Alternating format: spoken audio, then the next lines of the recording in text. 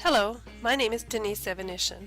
As part of my Provincial Instructor Diploma Program 3230 course, I'm going to present to you a classroom assessment strategy called the Background Knowledge Probe.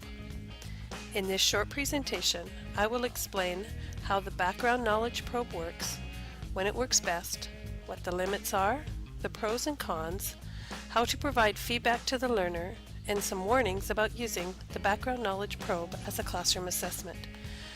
So let's get started.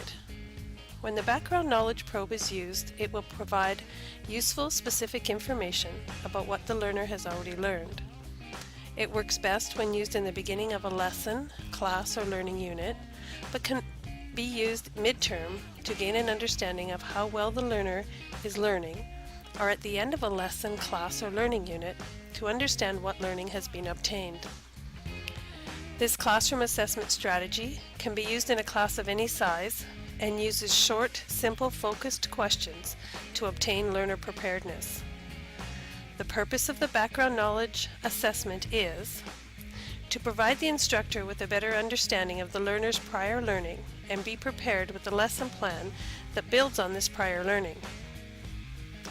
For the learner, the Background Knowledge Probe provides a preview of material that will be covered in the program and provides a review of any previous learning.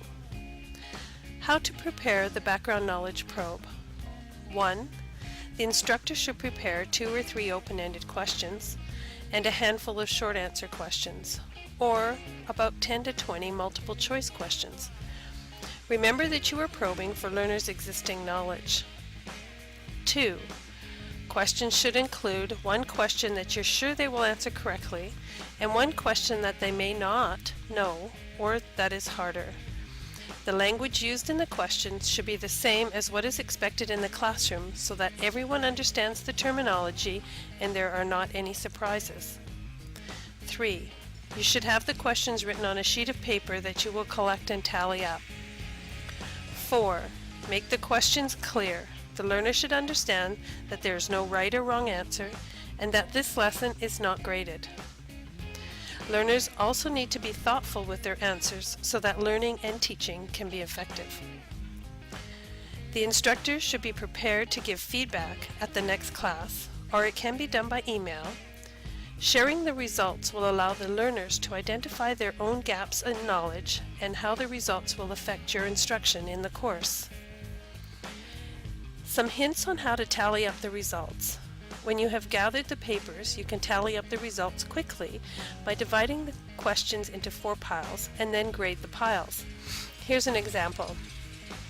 Pile 1, erroneous background knowledge, would receive a -1.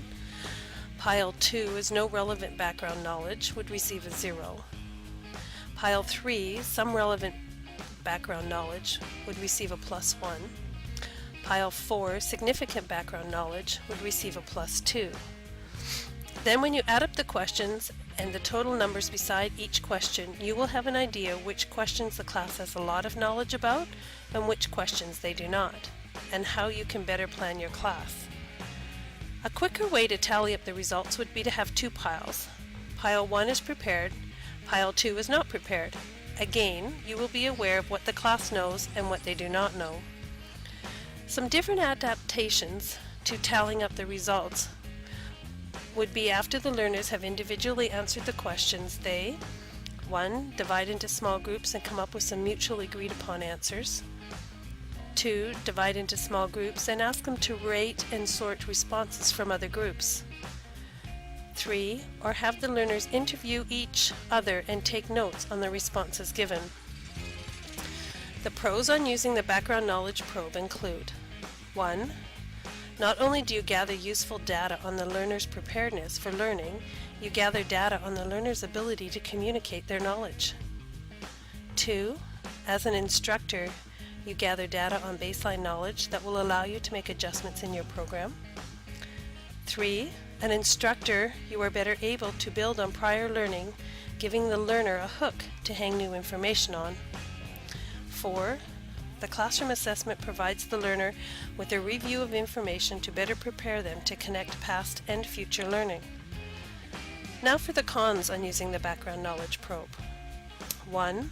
If the learners answering the questions are not nearly as prepared as the instructor had hoped for, the instructor can become very overwhelmed. 2. If the learner cannot answer the questions as they are too hard, the learner will feel overwhelmed and discouraged at the start of a class. 3. When the instructor is tallying up the results, the instructor may form opinions of certain learners that can affect both the instructor and the learner for the remainder of the lesson. Now for some of the promised warnings. 1. As mentioned before, sometimes the results will require the instructor to make some serious changes to the lesson plan, either for a class that is well prepared or one that is underprepared. So the background knowledge probe should only be used if there is time and willingness to work with the results. 2. The instructor needs to remember not to generalize the information and not to form opinions about the learners. This concludes my presentation, and I hope that you found it informative and will try this classroom assessment in one of your classrooms.